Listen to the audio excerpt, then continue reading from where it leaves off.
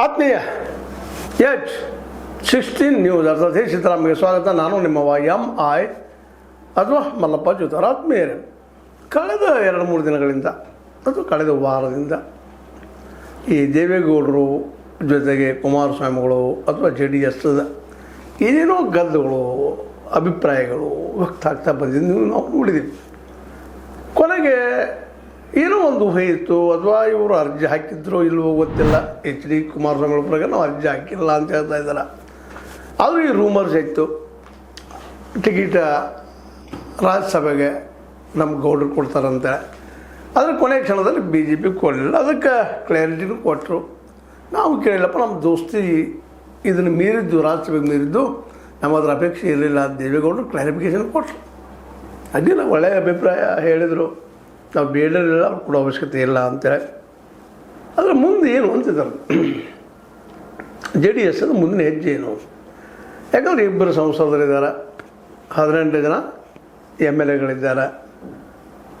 ಇವತ್ತು ಸ್ವಂತ ಏನಾದರೂ ಪ್ರಯತ್ನ ಮಾಡಬೇಕಂದ್ರೆ ಇಷ್ಟು ಬರ್ತಾರೆ ಮುಂದಿನ ಎಲೆಕ್ಷನ್ದಲ್ಲಿ ಅನ್ನೋ ಗ್ಯಾರಂಟಿನೂ ಇಲ್ಲ. ಇವತ್ತು BJPನ ಬಿಡಬೇಕೋ ಹಿಡ್ಕೋಬೇಕು ಅನ್ನುವಂಥ ಒಂದು ಚಿಂತೆ ನಿಶ್ಚಿತವಾಗಿ ಶುರುವಾಗ್ಯದ.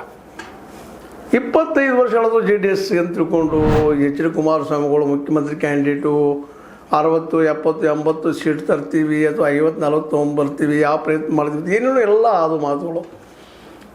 ಕೊನೆಗೆ ಒಂದಿಷ್ಟು ವಲಯದ ರಾಜಕೀಯ ವರದಿಲ್ಲ, ರಾಜ್ಯಸಭಾ ಸದಸ್ಯರು ಆಗ್ತಾರೆ ಬಂತು. ಕೊನೆಗೆ ಅದು ಇಲ್ಲ ಆಯಿತು. ಅದಕ್ಕೆ ಕ್ಲಿಯರೆನ್ಸ್ ಕೊಟ್ಟರು.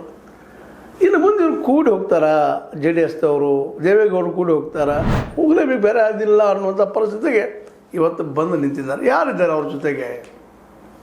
ಕಾಂಗ್ರೆಸ್ಸನ್ನು ದೊಡ್ಡದ್ರ ಮಾತಾಡಿದ್ರು, JDS ಮೇಲೆ ಭಾಳ ಪ್ರೀತಿ ಇದ್ದಂಗೆ, ಕೊಡಲಿಲ್ಲ ಮಾಡಲಿಲ್ಲ ಅಂತೇಳಿ ದೇವೇಗೌಡರಿಗೆ ಅಪಮಾನ ಮಾಡಿದ್ರಿ, ಹಾಗೆ ಮಾಡಿದ್ರಿ, ಹೀಗೆ ಮಾಡಿದ್ರಿ ಏನು ಮಾತಾಡಿದ್ರು. ಇದನ್ನು ಯಾರು ನಂಬಬೇಕು?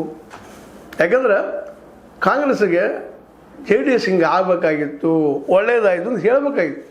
ಅದನ್ನು ಈ ರೀತಿಯಾಗಿ ಪ್ರಚಾರ ಅಪಪ್ರಚಾರ ಮಾಡಿದರು.